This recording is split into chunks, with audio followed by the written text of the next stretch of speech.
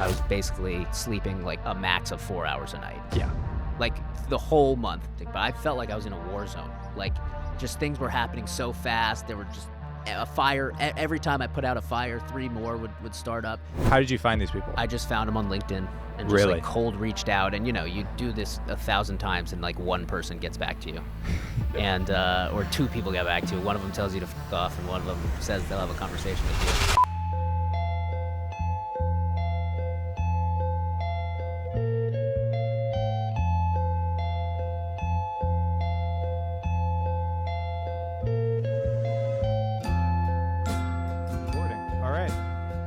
Okay.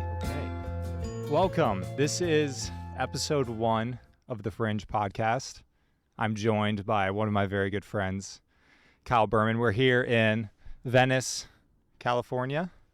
And what I really wanted to do with the Fringe podcast is really just bring on people wherever they're at in life and talk about what led them to their current career path and what types of things that they have to go through to get to where they are today, and whether that is exactly where they want to be right now, or if they're still in the Fringe, they're trying to get to where they want to be in the future.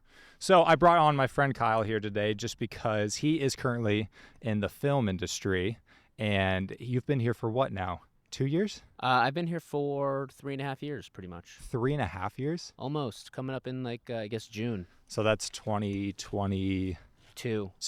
Yeah. I moved Jesus. here January. I started January 15th, 2022. Yeah. Out here.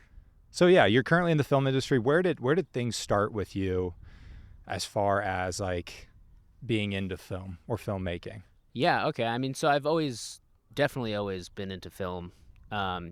Basically my whole life. I have, as a lot of people do, like I can rattle off a bunch of my favorite movies as kids or from when I was a kid. Top 3. Well, top 3. It's interesting. I mean, from when I'm like real young, like probably my literal favorite movie is like the Mighty Morphin Power Rangers movie. Yeah, with sure. Ivan Ooze. It's a good one. Sure, I've seen that like a million times. Kate and it was always in our car. Yeah. So yeah, I'm with it. That The Lion King for sure. Toy Story 1 and 2. Those are kind of, those are staples for me. Definitely all the old Pixar's. As everyone loves those Pixar movies. Mm-hmm. But yeah, I mean, it's just always kind of been important to me. I've always incorporated it into my life in some way, like either trying to emulate characters or just I've always been somebody who loves just repeating lines from, just funny one-liners or whatever. Sure. Growing up, we kind of, both of us grew up in like what a lot of people would probably refer to as like the golden age of comedy, right? Yeah. Or the comedies anyway. Yeah. With like the Will Ferrells and of course, Judd Apatow's right. movies were amazing, and yeah. obviously The Hangover, you can't forget about that. So I grew up, with my friends. We loved those movies. And was it super bad for you? It was always super bad with me. When I remember when that movie came out. I mean, I come from like a background where you don't see movies like that, but you go to your right friend's house that like their parents don't care or they don't come downstairs, and that's where you watched it.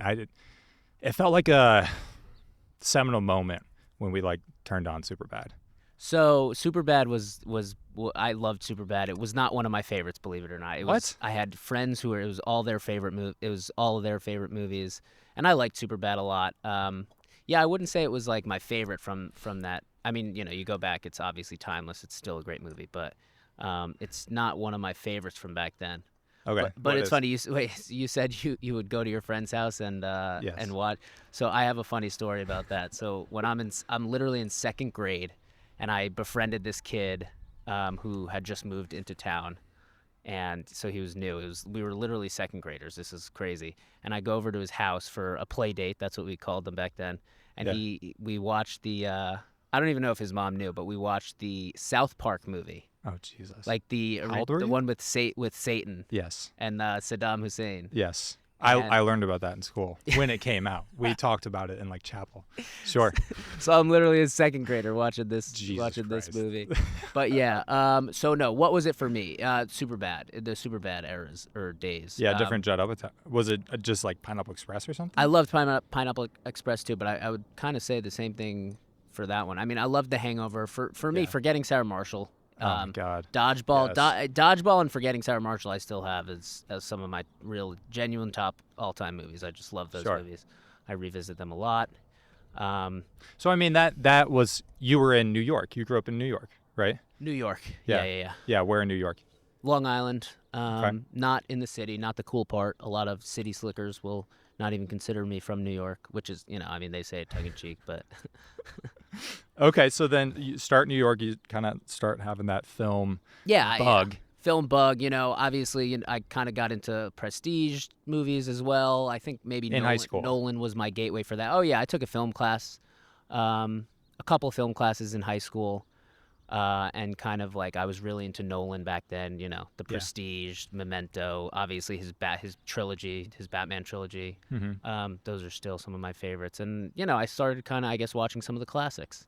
Okay. Some of the classics. Sure. Most of the ones from like the IMDb top 250, like the well-known classics. Yeah. So let me think where it went from there. But like I always thought it would be kind of cool to like be involved and like write or whatever, but I don't know, I never really kind of wanted to direct. I don't really know why. It's just never something that called to me. And like when you don't really grow up around the industry, I feel like it really does seem like such a pipe dream, especially back then. You kind of it's like there are actors and there are directors, and then like you don't really, I guess, realize as a kid, maybe I was just a stupid kid, I don't know, but you don't really realize there's obviously a whole industry like behind the scenes, Sure. So there's more opportunity than I guess like you think like right off the bat. But I wasn't really knowing what I wanted to do. I went to school. I went to the University of Florida with no major in mind really. I guess I kind of picked finance ultimately, which was really more of an appease my parents type of major, I would say. Yeah. Which I think a lot of people can probably relate with. But Same. it's Yeah. Finance has there. It's not completely uninteresting to me. I definitely enjoy some finance, and it's a good education. And obviously, finance kind of extrapolates to every industry, including film, of course. Yeah. So, but I maintained my love for film and TV throughout college. I was really into Californication and Entourage in college. I remember specifically I watched Californication all the time. Yeah. I got really obsessed with The Graduate in college. Yeah. Just that movie. There was like a period of time where, I was literally supposed to be in the library studying for finals. And I would basically just go to the library every day and watch The Graduate, like every single day, to the point where my friend was like, dude, it's weird. You're obsessed with this film. It's weird. Why is it? What about that film that really grabbed you? Or when was the first time you saw that? The first time I saw it was probably, it was junior year of college. Okay. What about it? I don't know. I was kind of, I guess it just spoke to me because I was about to graduate. Not about to, but like, Sure. My graduation was impending.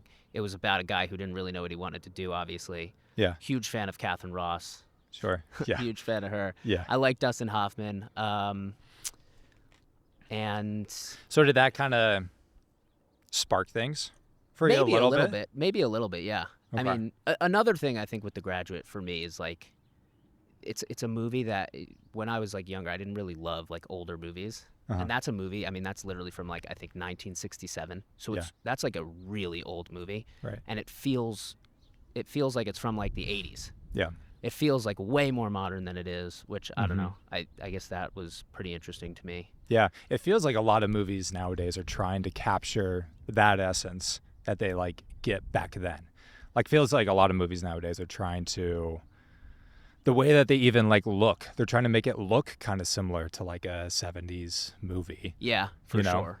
And feels like not, I don't know if anything has really touched that sort of feeling, especially that final scene of The Graduate. I mean, that's just like one of the more iconic. haunting, like, yeah. And then obviously the soundtrack of that is great. One of the things Incredible. I love about film is just the integration of music, obviously, with all of it. But Okay. But yeah, so actually around this time, and I explicitly remember, I don't know if it was sparked directly by The Graduate. I just know from where I was living, what year it was. So Mm-hmm. that's when I got obsessed with The Graduate. I bought Aaron Sorkin's masterclass for screenwriting. Yeah. And yeah, so I started taking that. I never really did anything with it at that point. Like I watched a few of the lectures, and Sure. he's obviously brilliant. And you and I both love his work, and Yeah. he's a brilliant writer. He's not like the greatest teacher, and if you watch the course all the way through, that's like maybe not even a fair assessment. He's just I guess he was just the first few lessons getting comfortable, Right. and like I don't know, I didn't really stick with it at that point.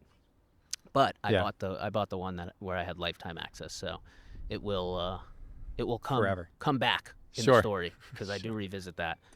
But Yeah. yeah, so I graduate college, I just kind of get a job at the career fair. Again still didn't really know what I wanted to do. Where was that? I got a job in Jacksonville, Florida. I was working for Merrill Lynch, a Bank of America company. Yeah. Did you hate job fairs as much as I did? I couldn't. I mean, you're much better at like going around and doing the networking thing than I would be, but it felt like going to the career fair at Iowa State. It was always like circled on my calendar. Everybody was telling me I had to go do it, but it felt like the end of the world. Like I hated going to talk to like Transamerica or like Farm Bureau.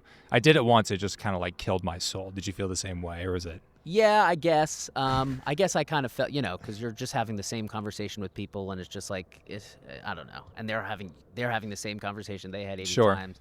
Frankly, I didn't go to very many. I kind of just wanted to, get my parents off my back and Yeah. just finish out my senior year. So I went to like one and got a job, and then I just forgot about it for a while. So you went straight to Jacksonville right after From school, graduating. yeah. I think I was home for a couple months before moving down. Okay. But And yeah. how long were you in Jacksonville? So I was At in Merrill. Jacksonville, at Merrill for almost 2 years. I think it was a year and 7 months. But like I kind of Jeez. my thing was I used that time to really to figure out what I wanted to do.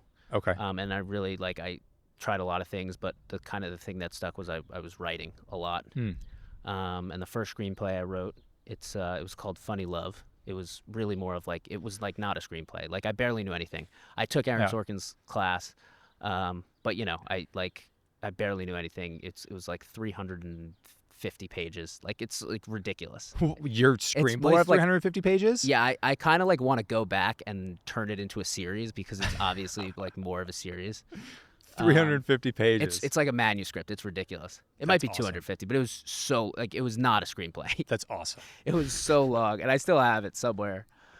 You need to pull that out. At least still I have it need to see somewhere. that. I need to at least like leaf through that because that's incredible. This- 250-page screenplay from 22-year-old Kyle. From literally 22 years. Holy shit! I can't think of anything better. But I mean, so you start writing at least. Was there anything as you were trying to figure out? Obviously, you probably weren't a huge fan of Merrill. Yeah, no, I definitely did not like my job. Yeah. So I mean, was there anything like active steps that you were trying to do to figure out what was next? Yeah, I mean, I was. You were writing. I was like I was writing a lot. I was networking, particularly with Okay. writers and whatever. I tried to network with recruiters in the industry. This is also, by the way, around when I got obsessed, like absolutely obsessed with Seinfeld. Yeah. Seinfeld is the first show I watched all the way through, and then started it again and watched all the way through back to back. Sure. So I got obsessed with Seinfeld, and Yeah, that just kind of great just comedy fed writing. Yeah, that kind of just fueled the fire. I And guess. this would be 2019. This is 2018, 2019 is when I lived in Jacksonville. Yeah. Right. Yeah. Okay. So then what type of like recruiters, how would you find recruiters or how did you connect with them?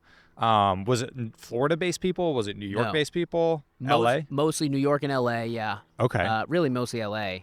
How did you find these people? I just found them on LinkedIn and just Really? like cold reached out, and you do this 1,000 times and like one person gets back to you, and or two people get back to you. One of them tells you to fuck off, and one of them says they'll have a conversation with you. What do you search on LinkedIn? Recruiter or recruiter Okay. or talent manager or whatever for whatever. Oh. Netflix. I mean, I was also doing this with writers. I was looking for writers on LinkedIn. Sure. Yeah, I was networking, not like a crazy amount, but I was doing a fair bit of networking. I was Okay. writing. And then kind of my plan was there were all these fellowships, and honestly, I think technically they were diversity fellowships, which didn't bode super well for me. Like, so they were already super competitive. There'd be like 8 to 10 people to get into one of these, Hmm. and like one of them would be like a straight white male. So it was honestly really long odds, but I Yeah. I decided to apply, and I didn't get into any of them. Yeah. It was long. I mean, they were long odds for Sure. everybody. There, Yeah. it's 8 people. They're getting thousands and thousands of applications, and they're explicitly again aimed towards diversity. Right. Right. Um, Yeah. So it's tough for a white dude to. I mean, that's it's tough. It's tough for anybody, but yeah, Sure, it you're was, sure. Yeah. But yeah, I.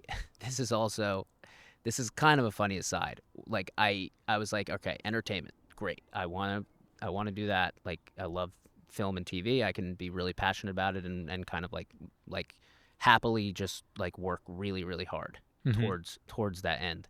And one of the factors, and I'm not going to say this was like the main factor, but like one of the factors that I was like considering at the time was AI. Funny enough. And I was like, okay, I mean, AI is going to obviously take half of the finance jobs and half of this and half of that. But like Mhm. AI is not going to be able to write a screenplay. That's what I was No. thinking Right. Okay. back then. And obviously now, I Just wait. I still don't think AI could write a screenplay, by the way. But it's getting better faster, and it's obviously better at things that like nobody was able to obviously predict where AI was really going, and like what it would, I guess, what jobs it would come for first or whatever. Yeah. Yeah. It's And coming for everywhere. obviously, yeah, I knew least of all because everyone's freaking out about AI in the Yeah. entertainment industry. So Right. So I mean, so you have that job at Merrill Lynch for 2.5 years. Did you feel? I mean, so there's this drive to like go do something different. Would you say you were totally like unhappy while you were in this job? Was that like kind yeah, of what drove it? I didn't like the job, but I also You felt kind of stuck within it, or was yeah it just? Sometimes I kind of like with myself. I try to tell myself if it is, am I just unhappy? Is that why I'm going for something, or am I actually like truly like passionate about that thing, and that's why I'm going for that? Did you feel like it was just like that true passion? Yeah, and frankly, it's that's what I was looking for. I was looking Okay. for something to a goal to really kind of set out to achieve, that I was passionate about. Okay. Like that was kind of what I used that time for. That I worked at Merrill Hmm. was to figure out what that North Star was. Sure. So what finally clicked, or what was your first like step? Yeah. So, well, I wrote the screenplay, and then Yeah. I started writing some other things. Some of the things like a spec pilot. Some of I wrote a spec script, I wrote a Curb script actually. Yeah. Curb Your Enthusiasm, and then I was getting ready to apply for all these programs or whatever, all these writers programs. And then I just quit and moved back in home with my parents to New York, and just kind of started.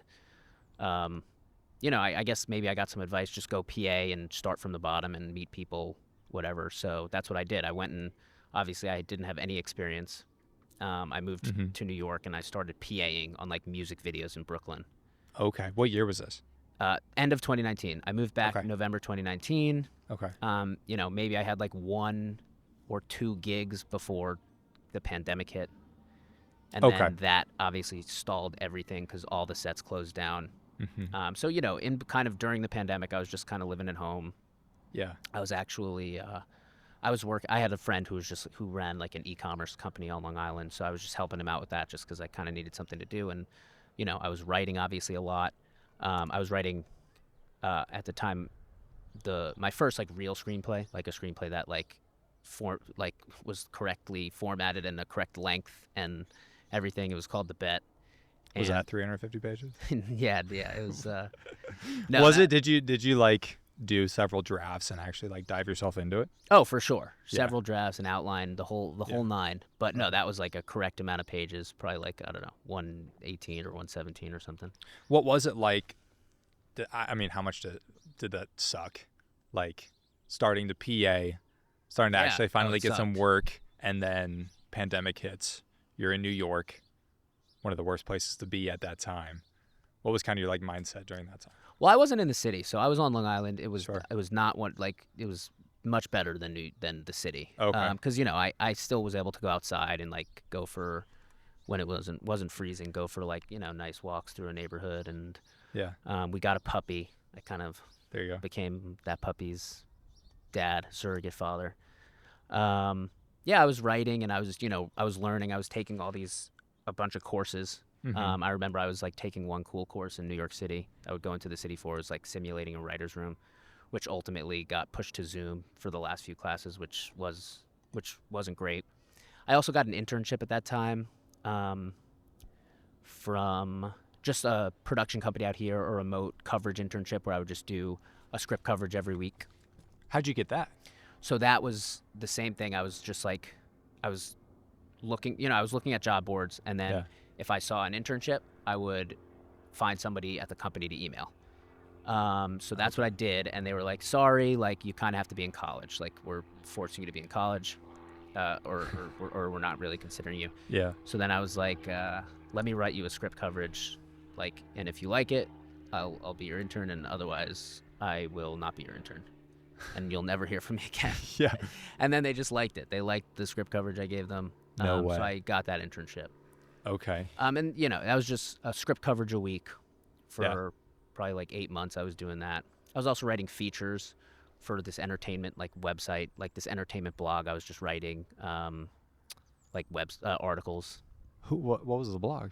It's not even around anymore. It was called Spotlight on Cinema. Okay. How'd you get that? Same thing, just Same reaching out? thing. Yeah, but that was like a little looser. It wasn't. It was like I think that was just like someone like hustling to kind of put together something that looked legitimate so they can get a better job. Sure. And she did a great job. I mean, I think it worked out for her. Yeah. But yeah, so I was just writing features, feature like just articles for her, and writing on my own for screenplays and pilots, and still obviously learning and reading books. So I mean, so you're writing, you're doing all this stuff, you're writing for blogs, you're doing coverage. How long did you do that for? What happened next? Yeah, so that's like the whole COVID, when COVID is like fully in effect kind of thing. Okay. Once COVID started opening back up, or like the world started opening back up, Like beginning 21? Mid 21? probably like mid 21, I would say. Yeah. In New York. Yeah. It's Probably. a bit different in New York than Iowa. Yeah. It was mid 2020. That actually makes sense. So yeah, exactly. Yeah. Mid 2020. Yeah, you guys had like a year more inside. Yeah. So I mean, so mid 21, you were doing all that stuff. Mid How were you feeling after that year? I mean, it's not ideal, but I don't know. Yeah. I guess my situation wasn't that bad. I was with my family. I was in a decent, I definitely was like feeling the angst to kind of get moving. Sure. And like, move forward, progress. Yeah. I didn't get into any of those writer things. And yeah, so sets started opening back up. I started doing more of the PAing with the same people, the music video people in Brooklyn. I literally just PA'd a few music videos in Brooklyn through somebody I met on set. They were like, my buddy's doing a micro-budget indie feature out in L.A. They need a COVID compliance officer. And I look into that. I'm like, yeah, I could do that. Sure. You just need, like, it was like a $50 online certificate or whatever. Yep. So I go out, and my uncle lives out here. So Right. I was living with him. And, yeah, I was just the COVID compliance officer for a micro-budget indie feature. This was summer now of 2022. Or, sorry, 2021. 21. End of it's like, this is August of 2021. Okay. You Like, get pretty much the start of August. okay. I'm now out in COVID LA. compliance. Where in LA were you? Well, I know you were out in the desert. so but, I'm living in Hermosa Beach with my uncle because I'm just staying with him yeah. for free, which is awesome. Yeah. And Hermosa Beach, great area, Oh my God. amazing area. Insane. But it's far from everywhere I had to shoot because we were shooting in the desert. Right. We were shooting a movie called The Ballad of a Coyote, Mm-hmm. and it was the guy who wrote it. He was the same guy who directed it and was writing it, or he wrote it, he directed it, and starred in it. Mm-hmm. And it was, And this was just a connect you made PAing on a music video in Brooklyn. yes, I think it was actually more like a friend of a friend connected me with the people in Brooklyn, Yeah. the music video people, and then yeah, I guess just I did a good job, and that guy then recommended me for this. Sure. Okay. So it was a very small crew. It was like the producer, the filmmaker, who was also the star, a DP, and a sound guy, and then usually like one PA. So that's the crew every day, and then most days we had 1 or 2 extra actors, but that was the whole crew pretty much. Yeah. Did you pretty much turn into like a PA then? Or sort of like yeah, I was kind of like, I mean it's a small team, so I'm kind of like Sure. the key PA, right? Because I'm like Did they give you that credit on the credits? They gave me an associate producer credit, Jeez. which is awesome. That's awesome. And I was pretty much there the whole time. We filmed for a month. Then they ended up doing some pickups, but I was already back in New York when they were doing the pickups. But right. But so yeah, small budget, just small team, really really cool experience. I kind of got to see the whole thing. Did they pay you? So I got the credit in lieu of pay, and then but they rented me a car. Yeah. Which was important out here. Okay. Yeah. Okay. So you finished up with that movie. How long was that filming? Like a month? We filmed for the whole month of August. Yeah. And then I actually I went back to New York now for, I was actually just trying to stay out here. Sure. So I was applying to jobs, cold emailing people from those websites. What types of jobs All were you sorts. looking for? Mostly assistant. I was trying to be like an assistant. So, I'm just, at this point, I've been a PA, but like I still have a lot to learn for sure. So I'm kind of trying to put myself in an environment where I can learn. I actually was also applying for finance jobs because I had the finance background, and I was just frustrated with the process. And I made it to like the last round of an interview, and honestly, thank God I didn't end up getting that job. Where was that job? Was that here? Paramount, yeah, it was out here. Oh wow. Okay. Yeah. Okay. So then you get done PAing, end up being associate producer on this small, really cool movie. Very cool really movie. cool Yeah, movie. You, We you went came to the the premiere. premiere. Yeah, that was cool. Really cool movie. Yeah. Super artsy but beautiful movie. So this is 2021. This is 2021. Now we're September 2021. Do you go back to New York? I go back to New York because I get a PA gig for NBC. Now this is for like How'd you get that? I just was applying, and like Really? I ended up. It was for the live shows for the Thanksgiving Day parade and the Christmas tree lighting ceremony. So it was about a month because there was a lot of prep involved. It was about a month. Yeah. It was the month of November. Yeah, you know what? We filmed through August, maybe into the first week of September. I stayed out there for another few weeks, and then I went home after that. So yeah, I'm back home probably October, and then I start at the end of, or I probably start at the end of October for NBC. Okay. Yeah. Okay. And I PA for them for a while, and now that kind of comes and goes, and I'm still kind of just applying for jobs, and at this point, I've applied for hundreds of jobs. I've cold emailed hundreds of people. So yeah, how many people do you think you emailed, and how many people got back to you, and then how many interviews did you get? Just to kind of lay out the percentages. Well, literally hundreds of people. Like probably not much more than 200, but like probably close to 200 people. Sure. And was that like? Were they all personalized? Was it like mostly like a template that you would copy and paste? It's kind of a mix. It's a template, but Sure. like Try to I personalize it in a few ways, yeah, for sure. And like if there's a connection, like, oh, you're from New York, I'm from New York, that sort of thing. Yeah. Oh, you went to UC Santa Barbara? I spent the summer in UC Santa Barbara, which is true. But yeah. So you were emailing all these different types of people.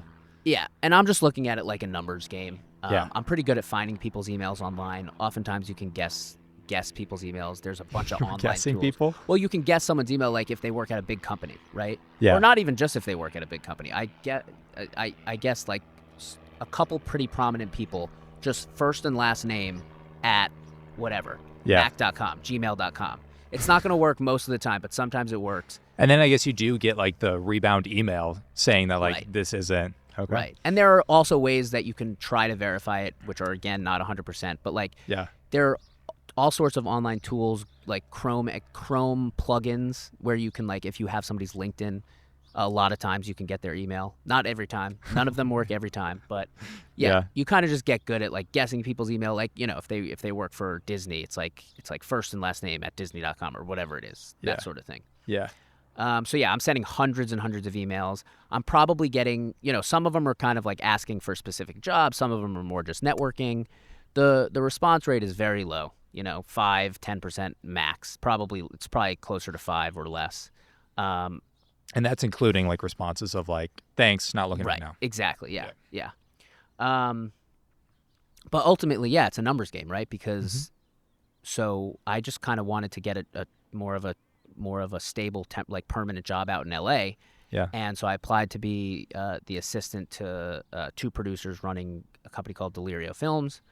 And I'm fairly certain I would not have gotten an interview. But one of them, I reached out to both of the partners of the firm, and one of them accidentally replied to my email instead of forwarding it to, he clearly, based on his response, meant to forward it to the partner, and he accidentally replied to me, and he actually he said something not super nice about my resume, but what did he say? You don't have to say it. I don't remember what he said exactly, but he said something Oh my God. not so nice about my resume. I responded within like 2 to 5 minutes, like very, very quickly, with just a joke about what he said. And then I guess he just liked that enough to at least speak to me over the phone. And then I interviewed for the position with both of them. And then, yeah, I told them that I already lived in LA, which was not true. But like Where'd you say you lived? Hermosa? Yeah. You did? Well, Or did you just say you lived in LA and they didn't ask? Yeah, LA, and I didn't ask. And at that point, actually, my uncle was moving. So he moved closer to Westchester, which is like by the airport. Yeah. But yeah, because I don't know, I read somewhere that, especially with the entry-level positions, nobody wants to either wait for you to move or pay for you to move or whatever. So yeah, I just said I lived in New York. They're like, great. This is around New Year's, by the way. Like probably a day or two before New Year's. New Year's. 2021, so it's about to be 2022. Going to 2022. Yeah. Okay. And they're like, great, you live here? Can you start in 2 weeks? I'm like, yeah, for sure. And then like the next day I go to a New Year's party and I get COVID. I literally contract COVID. And I was like kind of looking forward to road tripping out here, but I didn't want to do that with COVID. So I ended up just going out here, shipping my car. Like, obviously I quarantined for whatever it was, 7 or 10 days. Yeah. And then legitimately like a day or two after my quarantine was technically over is when I started. Started? Yeah. Did you even tell them that you got COVID? No. And I didn't get that sick. I was like probably like pretty sick for like 2 or 3 days or whatever. But yeah, I didn't even. Yeah. So there I was. I started in LA. Yeah. So I mean, well, going back to that, you probably weren't getting like any interviews. Yeah. Through those emails. I got one. You got one other one? Like besides the PA one, I got that finance one for Paramount, and that was literally it. Until you got an email back that was a mistake. Right. A mistake forward. Now, look, you have to realize it's COVID, and COVID was not that it's been much better since, but COVID was a tumultuous time for the industry. Like, it was not a good time to be looking for a job in the entertainment. It probably anywhere, but it's certainly in the entertainment industry. Yeah. So that toughest time. Yeah. Yeah. So I got 3. I mean, like maybe I had like a half a dozen other conversations that weren't about jobs with people. Yeah. Like just like kind of advice. But yeah, like I got that finance one, I got the PA one that I actually got, and then this. Did you ever, when you were interviewing or like talking to them, whether it was, whatever it was, did you have to come out here at all? No. Meet them? It was all Zoom or phone calls? It was all Zoom. I mean, maybe one phone call and then the rest were Zoom. And at that point, like everyone was very comfortable Zooming. It was like in-person interviews weren't really a thing. Right. I guess. Yeah. I didn't meet either of my bosses in person for months until or after I started. Even after you started? Because Zoom, it was just Zoom, man. I was going into the office every day, but I was like mostly either it was just me and our post-production supervisor and a couple interns, or just me and a couple interns. Oh my God. Yeah, and I was just maintaining the office and kind of. That's crazy. So then you were just Zooming with your bosses every now and again? Zooming with them, yeah. So what was your technical position or like job title? I was first off? executive assistant, yeah, at Delirio Executive Films. assistant for them, So, for both of them? For both of them, and then, also kind of like you're sort of the executive assistant for the whole company, but mostly for them, and then you're also office manager, kind of maintaining the office and all that. Yeah. And there's obviously, it's a small company. Everyone wears a lot of hats, so there's a million things that goes along with that. But that was my primary responsibility, especially in the beginning. How did it feel? Just because I get so much anxiety when it comes to interviews and stuff. How did it feel? You finally get an email back. You respond back with like the correct joke. You say like the exact right thing to get in the door with one of these guys, one of these like jobs that a ton of people are going for. You get a phone call. You get an interview. How did you feel going into those interviews? Did you find a way to like calm yourself down or feel prepared? For sure. Yeah. I was doing a lot of Wim Hof breathing and meditation at that time. So I think I was pretty. You're already calm. starting your like LA Calm. process. Yeah, exactly. Before you even got out here. So I was pretty calm. Yeah. I don't. Yeah. It's such a big part of it. Yeah. Finding a way to be able to. It's an interesting question. I don't really remember being super nervous before those interviews. Really? I don't know. It was the COVID days, everything was just like all the days were blending together. It was everything was blending together. Nothing felt real. Everything was over Zoom. Nothing felt real. And including this was like, all right, I'll speak with these guys and then not get the job. And that was it. So I didn't put too much pressure on it, I guess. Yeah. But it felt great. Well, obviously getting the job felt amazing. Oh my God. How did that feel? What was that like? Did you like get a Zoom amazing. call or like a phone call or like a phone call for the offer? Yeah. Yeah. Okay, so like you did your interview and they come back to you like later. Yeah. Like that's awesome. Definitely. Yeah. I mean, it felt like a real Hollywood story, Yeah. Yeah. So then you make your way out here. Pretty quickly. Yeah. Was that just like a whirlwind? Was that? Dude, it was a whirlwind. So I had said that I was the executive assistant. I told you I worked at that e-commerce company. Yeah. And I had said I was his executive assistant, which wasn't exactly true, but I guess I was performing some roles that you could say were. But it was definitely a little bit of a stretch. But yeah, I mean, he was one of my bosses was just starting on a show called Lady in the Lake, which premiered on Apple TV last year. Yeah. And it was such a shell shock because I mean he was also finishing up Reggie, which is a documentary that we released on Amazon. And about who? About Reggie Jackson. Yeah. Reggie Jackson. And my other boss was, he was finishing up Magic Johnson, the Magic Johnson documentary, which would premiere a few months after I started. And that so they were both really busy, but especially like the one who was working on Lady in the Lake. That he was in pre-production for that, and it was just I genuinely like the first day, because I pretty much had no real experience being an assistant. And I didn't have anyone to train me because their previous assistant had gotten fired. Like they fired their previous assistant. Yeah. So she wasn't there to train me. I got trained by the production coordinator for like literally an hour and a half, and he was never their assistant, so he didn't really know how to train me. Oh my God. So I pretty much just had to rely on like I had access to the past assistant email inbox, so those first few days I was working really long days, but like mostly just catching up and like reading through a lot of her old emails to see how she approached different situations. Okay. But I genuinely, and this is going to sound like ridiculous because obviously it's not the same thing, but I felt like I was in a war zone. Like just things were happening so fast. There were just a fire. Every time I put out a fire, 3 more would start up because it was a crazy pre-production process for the show along with all the other things. And I was new to this. I had no experience. So the first night or two, I swear to God, I would say I had the night sweats. Jesus. Just because I was in the trenches. So I mean, how soon after you get to LA do you start? I mean, it's immediately. Yeah. I got to LA and I think I got there on like a Saturday, and the Sunday I went in and got trained for like an hour and a half or 2 hours, and then I started Monday, and it was really intense. Were you having like, I mean, you were obviously working such long days. you're having night sweats. Night sweats. So the night sweats lasted probably 2 days, and then like Yeah. I started getting the hang of it like relatively quickly. Yeah. But yeah, I mean it was a lot those first few days. Okay. Jeez, dude. I mean, did you have any sort of like, when you first get here and you're finally working in a thing that you wanted, was it like celebratory? Were you just working so hard it was hard to even like think about it? Or It was how'd you feel? celebratory like before I started, and then I was just like, all right, I have a lot to learn, and Yeah. and I kind of just like dug my heels in and just started grinding pretty much. Sure. Yeah. Sure.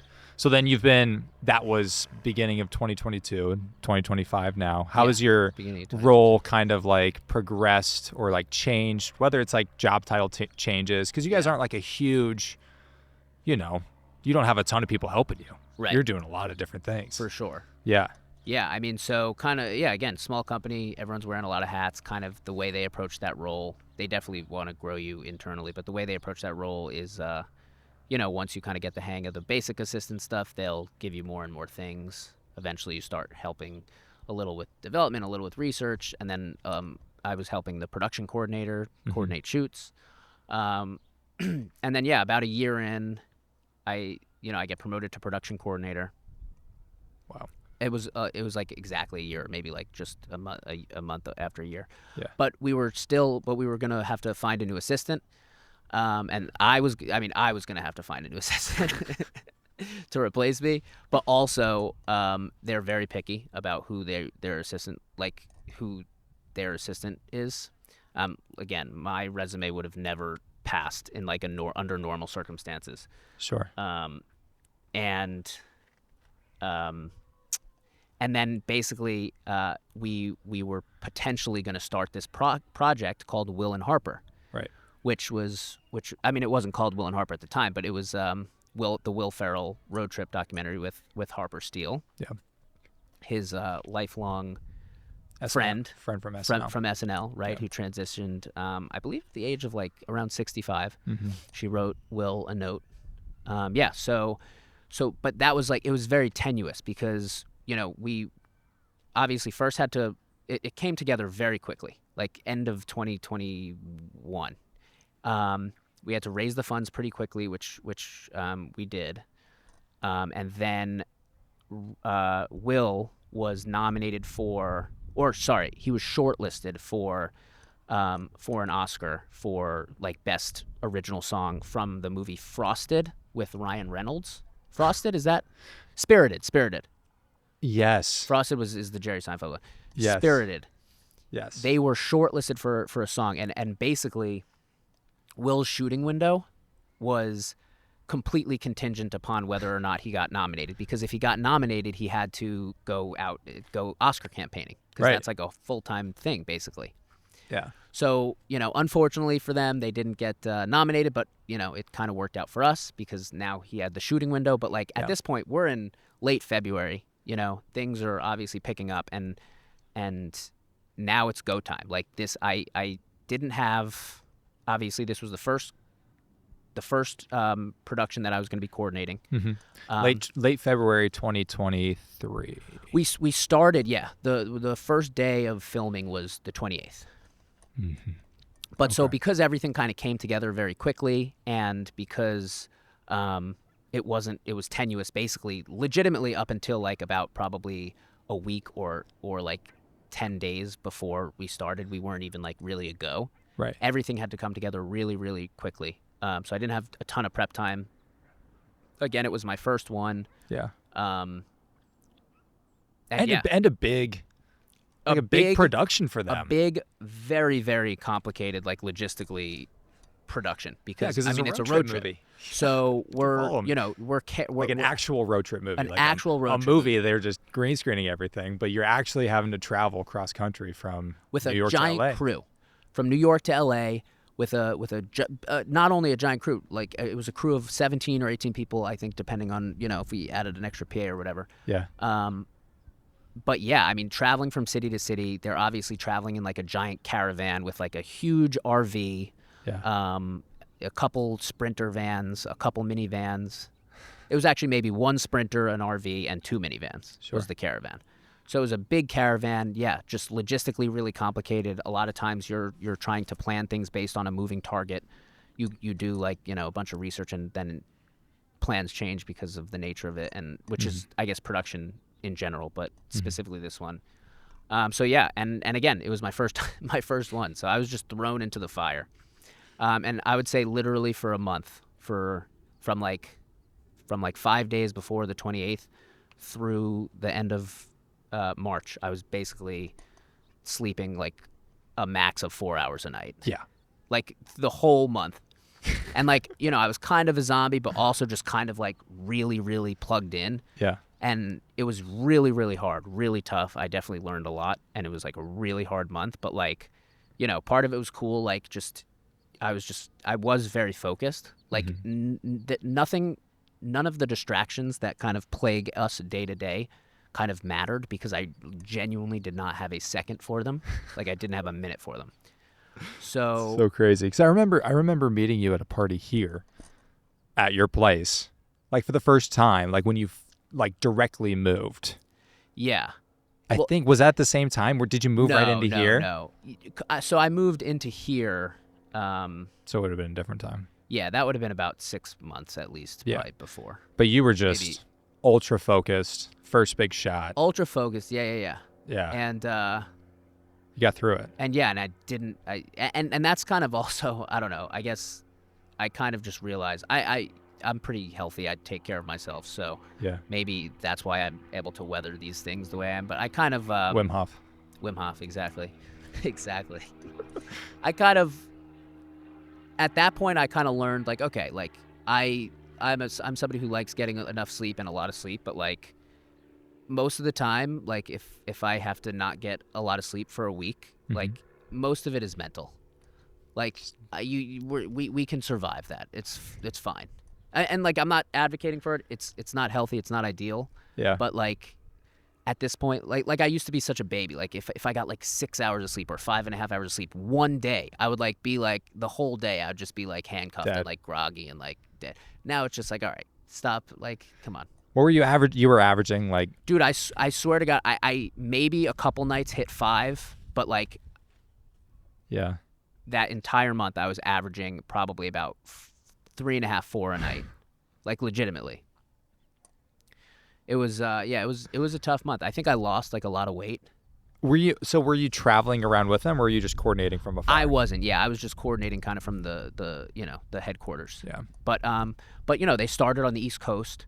So they were obviously production. You start really early. You start 6, 7 o'clock in the morning. Yeah. I'm on the West Coast, so that's 3 in the morning for me. I'm the one coordinating all the breakfasts, all the meals. So like, sure, to coordinate breakfast at 6 or 7, you need, which is again 3 or 4 my time. You need to be up before that. Yeah. I'm working with the PAs. We had great PAs, definitely. And yeah, so it was just intense. So crazy, dude. Obviously, as they kind of got closer to LA, the time difference shifted a little, so it got a little better. But yeah, it was a lot. I think I ultimately coordinated about like 18 different hotels, because we're traveling from city to city, staying in a hotel in every city, and like, sure, you're learning along the way. Like at first we were staying in kind of some nicer hotels, but then you kind of just realize what's important, because we have so much gear to move in and out. Yeah. It's just like access and like, I don't know. Yeah. But like, it's crazy. It's crazy, dude. That's really crazy. Tough. I mean, you even saw with like some of the strikes and stuff, they were trying to get rid of like some of those like work hours, but in Hollywood, sometimes it's just like impossible, unavoidable completely. That you just have to like, especially with New York, LA, and they were long days for the crew, especially. Yeah. It's so wild. And then, but I mean, it calls. I mean, such a great documentary. It got shortlisted for an Oscar. Yes. I think you probably can't say that. There's certain dynamics as to why it didn't get nominated. I thought it was a pretty. I didn't understand why it wouldn't get nominated last year, but an incredible like end product. How did that feel? I mean, it came out last summer. No, fall. It came out last fall. Last fall. Yeah. How did that feel? Because I mean, so you were involved like so much early on production. Yes. Did you have anything to do with like post production? Oh yeah. I mean, so. Yeah. Well, yeah. I'll just quickly wrap up the production. So it's really tough month. Again, I'm also the assistant for 2 producers. One of them was kind of on the road trip, so it was more like assistant for one, and the other one was kind of just held up the whole time. Right. And then I'm also trying to source a new assistant, which is a whole process. But While yeah, you were coordinating. while I'm coordinating this crazy mammoth production. God damn, dude. So yeah, we wrap that up. Post production, we do it in house. So you know, I'm not like overseeing the post production or anything. We have a post production, a great post production supervisor who does that. But I'm kind of doing like a lot of the administrative stuff, like payroll for all the editors and like onboarding them onto our payroll system or whatever. And yeah, I mean, kind of just, I guess, like at that point, like more of a production management kind of role for the post production. Just, you know, I mean, mainly doing payroll and stuff, and then ultimately we start doing test screenings, which is cool, and I got to participate in some of those and give notes and feedback, which was great. Yeah. Josh, the director, he's amazing. He was in the office all the time, cutting it up with the editor, you know. Sure.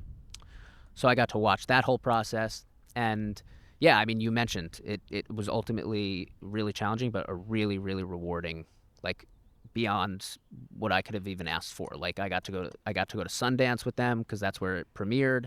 I got to go to the premiere at Sundance, and it was I coordinated actually our Sundance trip, so I was kind of in work mode that whole time. But like that time, I had a lot more prep because I knew about it, and I had a lot more time to prep. So like I was working the whole time, and I was like locked in. But like it kind of just went very, very smoothly, and like just because I was kind of really prepared. But it was cool. Like I got to go to Sundance basically like in Will Ferrell's Sundance party, which was kind of cool. That's so crazy. And yeah, and I was at the premiere, and the movie was so well received. Obviously, it came out so like Josh is great, and Will is great, and Harper is great. They were great on stage, and yeah, I mean, it was so well received, and it was kind of like a magical experience. And like in that, it was kind of in that moment, like the standing ovation at Sundance, which, you know, a lot of films get a standing ovation, but yeah, and I'm just like kind of like, all right, this is like I'm in a good place here. This is very, very cool. How fucking cool is that? From you like cold emailing to PAing the Thanksgiving Day parade to then cold emailing hundreds of people, somehow getting this job. Yeah. And then you're the production coordinator on this film that is like a Will Ferrell movie. A Will Ferrell movie. So Get cool, to meet all these like incredible people as they go on this road trip. Yes. And like incredibly well received. I think honestly like one of the best documentaries last year, if not the best. And you're at Sundance and they're literally applauding you guys, like the crew and the people that were in the film. Amazing. Yeah, it's incredible. Yeah. And then obviously, you know, the premiere, and Josh called out, you know, the director, when he spoke on stage, he shouted out a lot of us, including myself, which was really cool. That's awesome. And then, yeah, I mean, it got shortlisted for an Oscar and nominated for a BAFTA. Jesus. And I mean, you know, at that point, like, honestly, I kind of like, I love Josh Greenbaum as a director, and like he had directed my favorite films that we had done. And like just kind of based on some of the conversations that we were having kind of early on and just the way the film was shaping out, I kind of expected all that like at that point, to like be like in Oscar contention, genuinely. Sure. So it was really cool, obviously, but like it was definitely kind of expected. Yeah. So yeah, I mean, crazy it was trip. definitely a whirlwind. It was really, really cool. So I mean that's such a cool story to like. I mean, you think of Sundance, so many like dreams come true of like beginning of filmmakers' careers, but you also don't think about like those that worked on the movie that are also just starting their careers. Such a cool like come around moment. For sure. I mean, where you sit right now, are you still doing like your production coordinator, still doing the same sort of stuff? What sort of projects can you tell us about that you're working at Delirio? Yeah, so we just we're putting the final touches on a couple documentaries last year. One of them was another really cool one where we got to work with all the SNL people. It's already been announced. Yeah. It's about like basically the satirical portrayal of the POTUS, the President of the United States, in like late night comedy. Okay. So we interviewed a bunch of the SNL folks, which was really cool. I got to coordinate that, and we had a couple New York trips, which was cool because we got to film in the city, and I got to see my parents. That's sweet. We shot in Vegas. Yeah, that was cool. Who's a favorite person SNL wise that you met? That I met. Yeah. Well, Whether it was Will and Harper or yeah, the well, we interviewed Will for this one too. I think honestly, Will Forte is like the nicest guy yeah ever.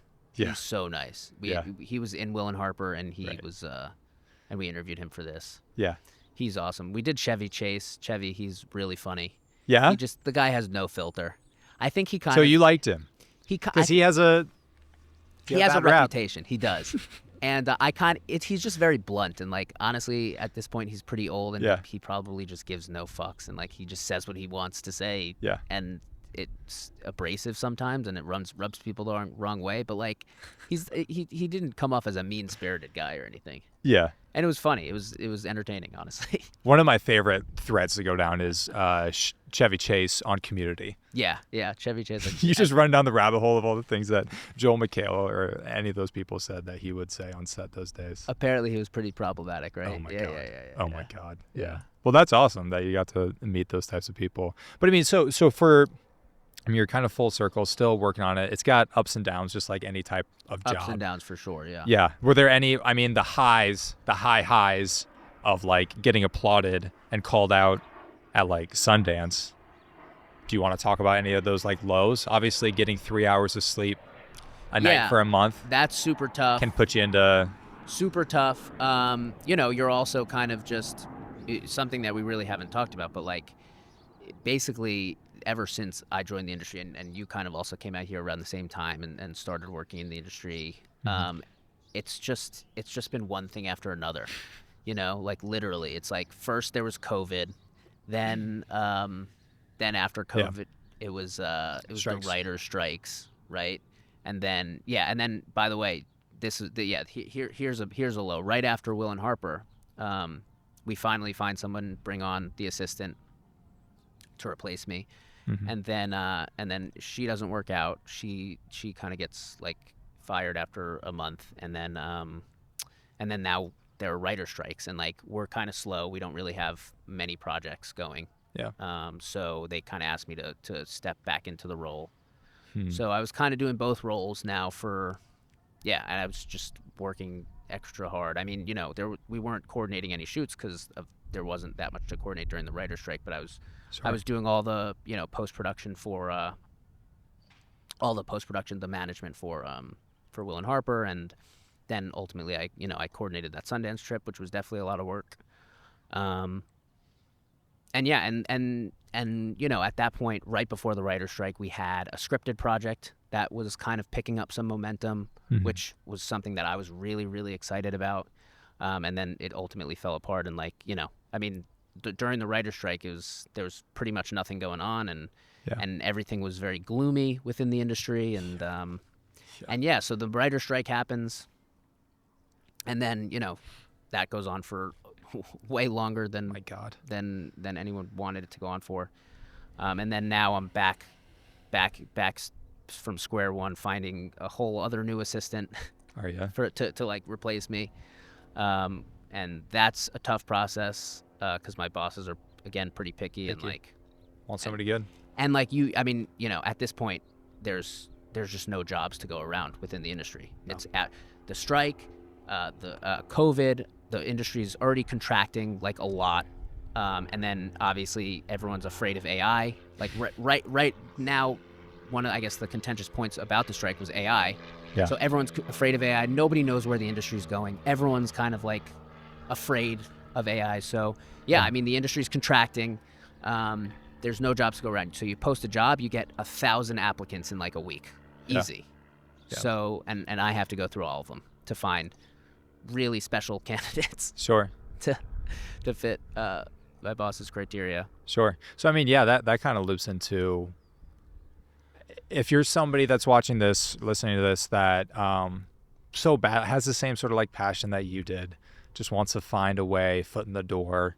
Obviously it's like incredibly difficult. What would you say to somebody like that right now? 18, 19, 20, whatever age. I mean, you can be 25 and still trying to get in.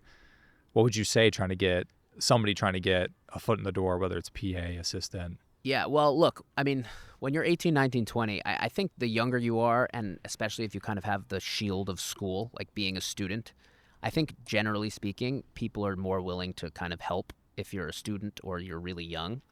So I think just starting early and for those types of people, and just sending out and purely networking emails where you're just talking to people, building relationships, kind of finding mentors. I just think, like, again, it's not going to make it so that it's 100% success rate, but like I think your response rate is going to be a lot higher.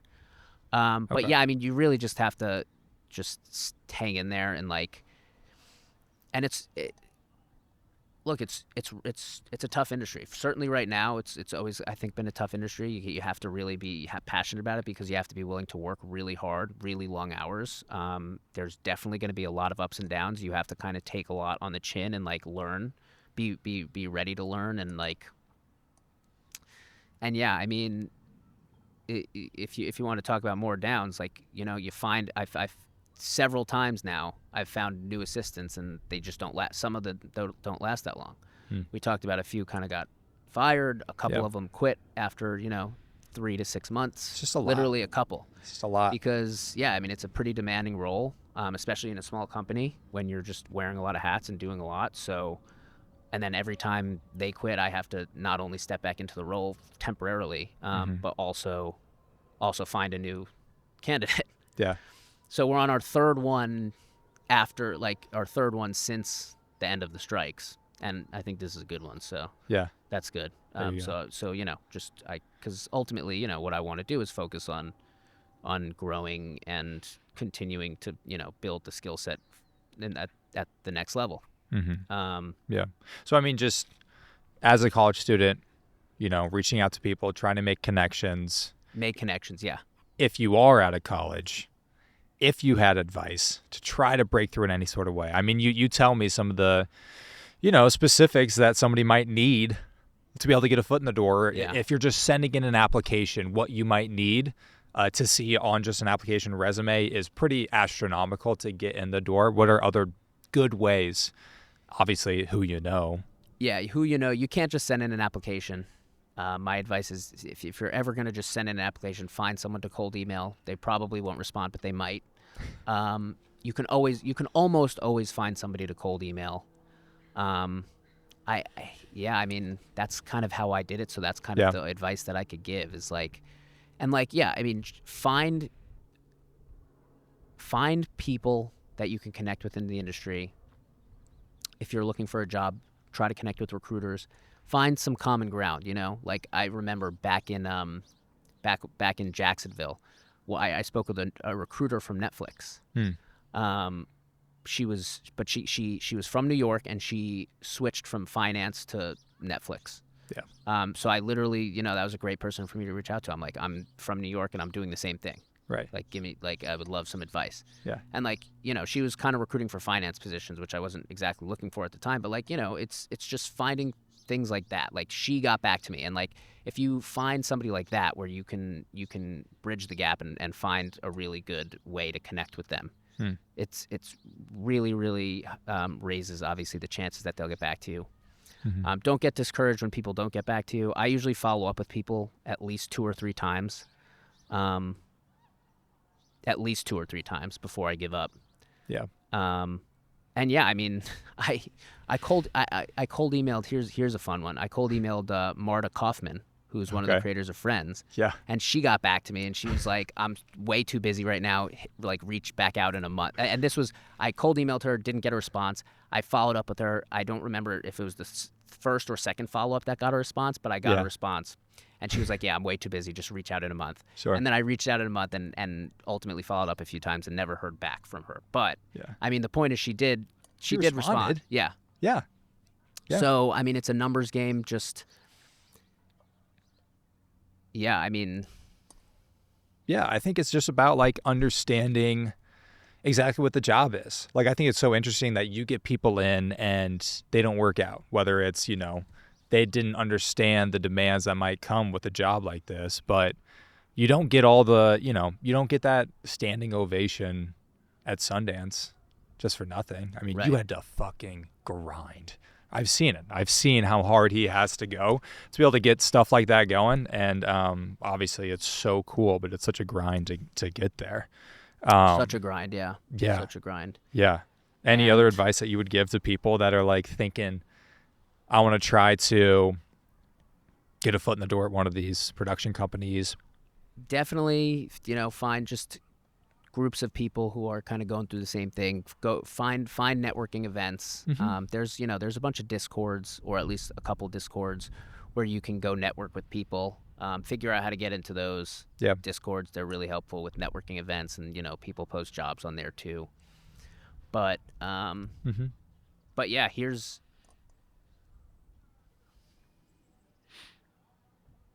I don't know if I should tell that one. That's fine. I mean, it's all about understanding what the job is, what it entails, what it actually is like day in, day out. It's cool living in Los Angeles, but sometimes you have to stay inside for a really long time and you're just sending emails. And that's exactly. that's just the reality of the job. But then it also comes with really cool stuff like Sundance. And look, the other the cool part about it is I'm sure you've heard this in a lot of areas, but you only need one, right? Yeah. Like I applied for 100 jobs, and it didn't matter that 99 of them said no or didn't respond to me, because you just need one. And it can happen. It doesn't always happen quick, especially with the bigger companies, but like with our process, it happens pretty quick. Yeah. So you just need one. And I guess I'll think about this. I'll give it to you and maybe ask you to edit it out later. But yeah, there was I did a lot of recruiting for us, and there was this one girl who she had a really impressive resume. I set her up with an interview, and my bosses didn't like her. Whatever.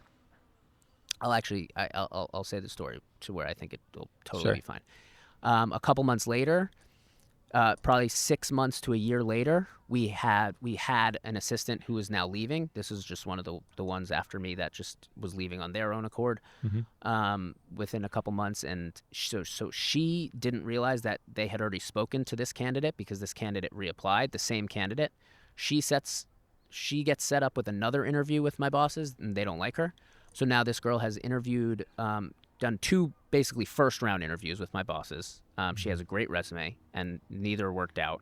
Yeah. And then we were doing kind of a behind the scenes on a behind the scenes documentary on a bigger show for executive produced by a very, very prominent producer. Sure. And I look on the call sheet, and I see this girl. She has a very unique name. She's the assistant to this very, very prominent executive producer. So, No way. she could have been discouraged by meeting the same people and not getting the job again. Yeah. But it ultimately worked out for her, and it's probably just because she dug her toes in. And Absolutely. I mean, that's huge with anything. These types of jobs are so incredibly difficult to get. There's so many people going for them. And I really think, and I'm kind of going through this right now too, if you make any sort of headway and you whether it's get an interview and it doesn't work out, there's a million different factors going on that you have no 100%. idea what's going on. You have to find a way to not take it personally. If you even get to the final interview of a humongous job and you don't get it, you're doing something right. And then this girl, she gets an incredible job later. It's such a tough, exactly. And it's such a tough process. The whole, we can obviously talk about how flawed the application and hiring process is, but it's a really brutal process, right? Because it's time consuming. You have to obviously find the jobs you want to apply for. Most of the time you have to tailor your resume and cover letter specifically for the role, right, if you want a better shot. Then sometimes you have to interview. Sometimes you have to interview 3 times, and then you think you're doing well, and then you don't get it, and it's just so defeating. And now you have to start from square one. Yeah. One thing you wanted advice for younger people. I think the best advice, genuinely, for people who want to be in this industry, try out of college, try when you're young to work for an agency, because just get into the mailroom, because.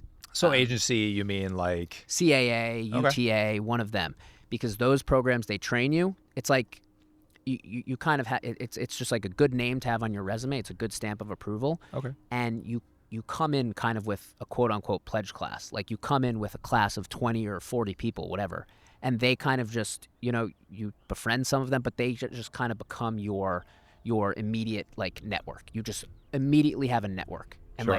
10 years from now, maybe 20% of them won't even be in the industry, but then the rest of them will be dispersed throughout. Like not everyone, most of them aren't going to stay at the agency. They're Right. going to be just dispersed around town doing different things, and you're just going to have a Rolodex of people that you at least have some common thread with. Yeah. And it's really helpful.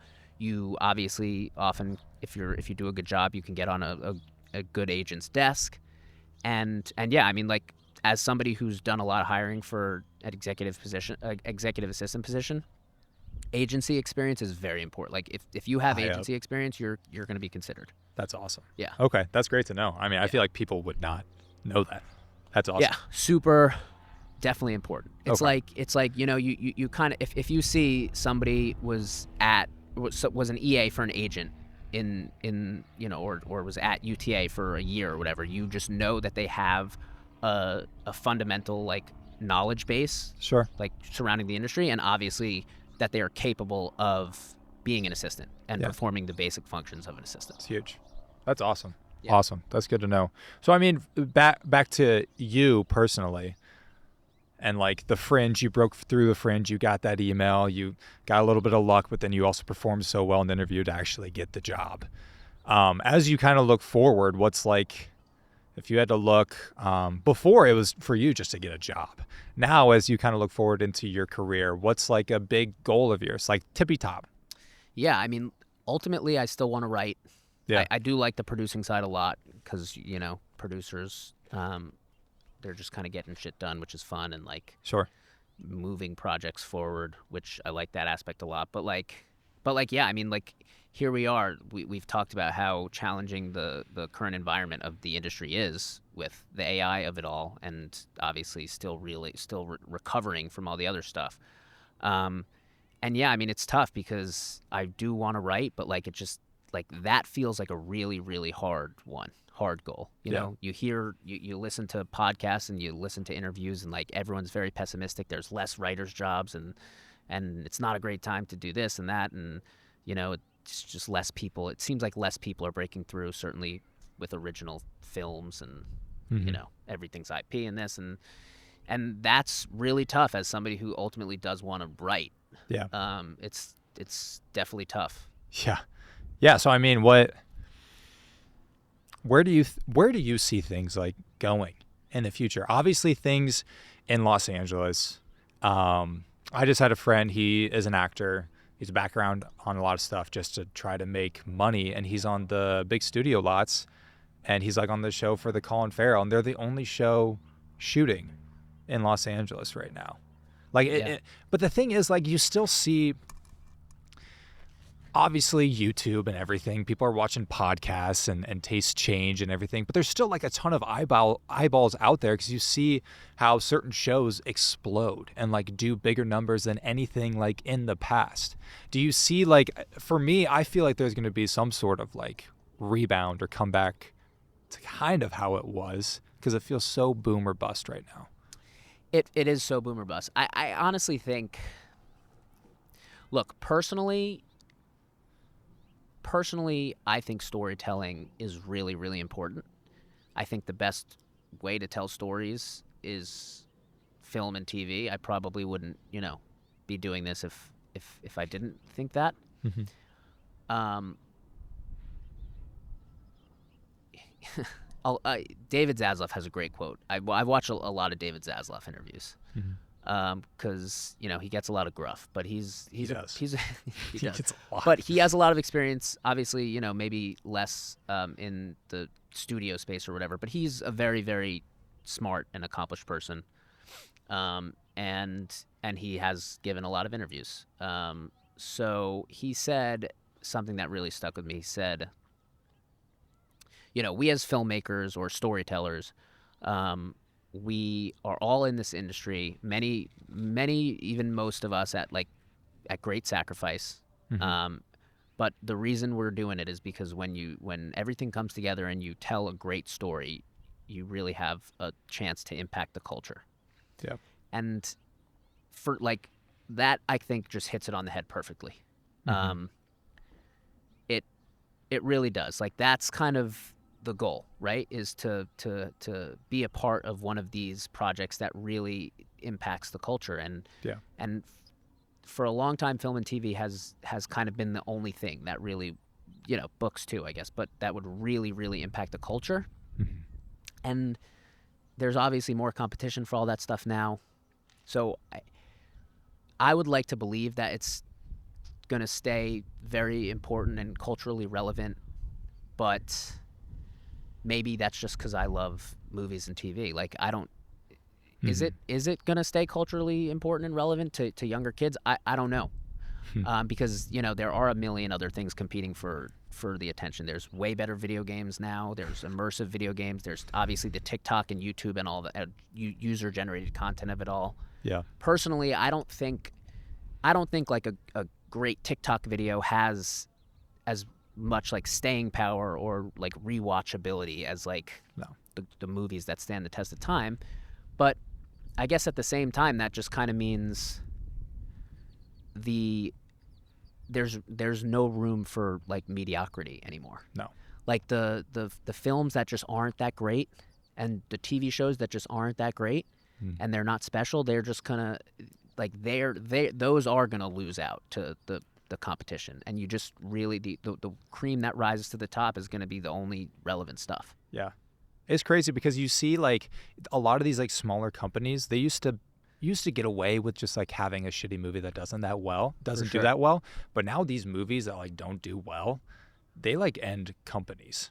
They like, yeah, for sure, they're done. I know. If this movie doesn't hit, they turn over, and bankrupt. It's happened so much in the last like couple of years. I don't know. I try to stay positive about it. I think there is this like obviously TikTok and Instagram Reels and all this shit. It has taken a lot of like viewership from movies and TV. For me, I feel like taste is going to change again. I feel like that the mindfulness movement, people trying to actively get off their phones, there's these huge companies that are like making a ton of money, like Brick, where you tap your phone, you can't go on Instagram or TikTok. Oh, interesting. Things like that I do think people are starting to understand that like Instagram Reels and TikTok is kind of melting their brains. And I feel like that people still need like entertainment. And that's where like long form entertainment in TV shows and movies will still be around. I'm hoping that kind of, reinvigorates this industry where we have like movie theaters where there's like consistent movies that like are made for $15 million and provide $30 million at the box office, right, which was like such a regular thing back 10, 15 years ago. We just don't see that at all right now. Yeah. We still have like huge surprises that kind of come out of nowhere, and that's why these movies are still getting made. Like I think of like a Barbarian from Zach Kreger a couple years ago. That movie was made in Bulgaria for not that much money from a guy that used to do like sketch comedy. So it had some sort of like proof of concept, but not a ton. And that movie did really good business. And he has a new movie coming out soon now that I feel like a lot of his movies now are just going to get a lot of buzz and make a good amount of money. He's going to be a bankable director. And I feel like there's going to be more stories like that. There's just not a ton right now.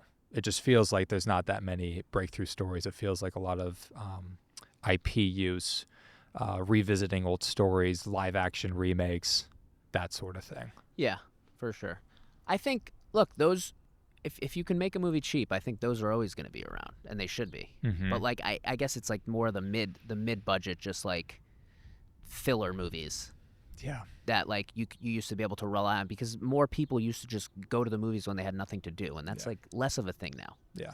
Like Sinners, I think, is a great example. Like I was in Atlanta a couple weeks ago for a wedding, and like, or I guess last weekend, and one of my Uber drivers was just like I've been hearing such good things about this movie Sinners. Like I haven't been to the movies in so long, but I'm gonna go tonight. Sure. And like, I think there are a lot of people like that who do genuinely enjoy going to the movies, but like they're not just gonna go to go, I guess. And something has to, I guess, bring them there. And you know what? So you feel like everything's eventized. It has to be eventized, or else you're just not going to get probably people out.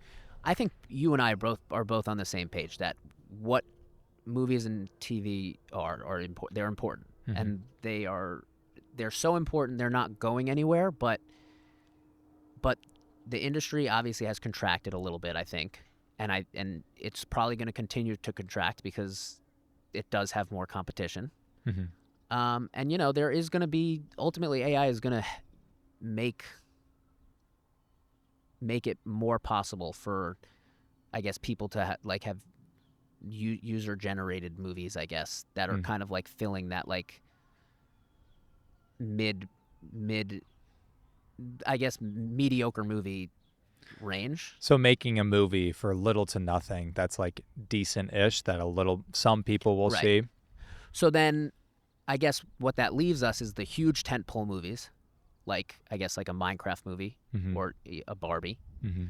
And then obviously, movies with well-liked and trusted, and I guess in some cases auteur directors who everyone just knows is really good at it.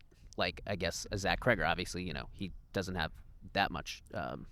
He had one hit, but I mean, I've already seen that they're starting to promote his next movie, Weapons. Yeah, Weapons, yeah.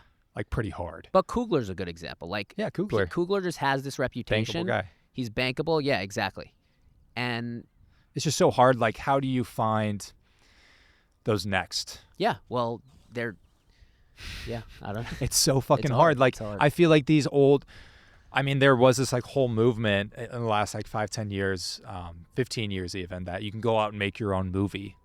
And I'm like kind of like in that like field, but at the same time, I can't really talk that much because I can't remember the last time I saw a movie that was produced for like under $1 million. Do you know what I'm saying? Right. Where it's really hard to, I don't know. That's the area where I get nervous, is like getting that new talent, because Hollywood is so like enthused with using these people that were bankable in the 90s and 2000s, that's all they can use right now. So where is that new talent? Obviously, I mean, we have the Timothy Chalamets and Austin Butlers, but we used to have all these like mid-tier stars, and unless you're on White Lotus, it's hard to find a path. Right.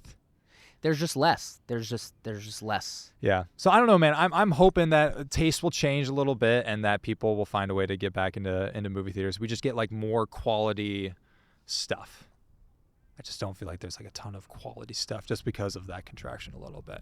Yeah, but yeah, it's interesting, man. I don't know, but I appreciate you coming on and talking candidly about exactly how you got through those fringe moments and kind of what's next for you in this industry. I think it's like fascinating to see this like full like arc of, especially like a random email getting you that job, and then within how fast things can happen, within like a year or two, you're working directly with like Will Ferrell. Yeah, pretty crazy. That is a pretty crazy. When I like kind of stepped out and like looked at it through that lens, it was yeah, because you were surreal. Not that long before, you were just living at your parents in Long Island.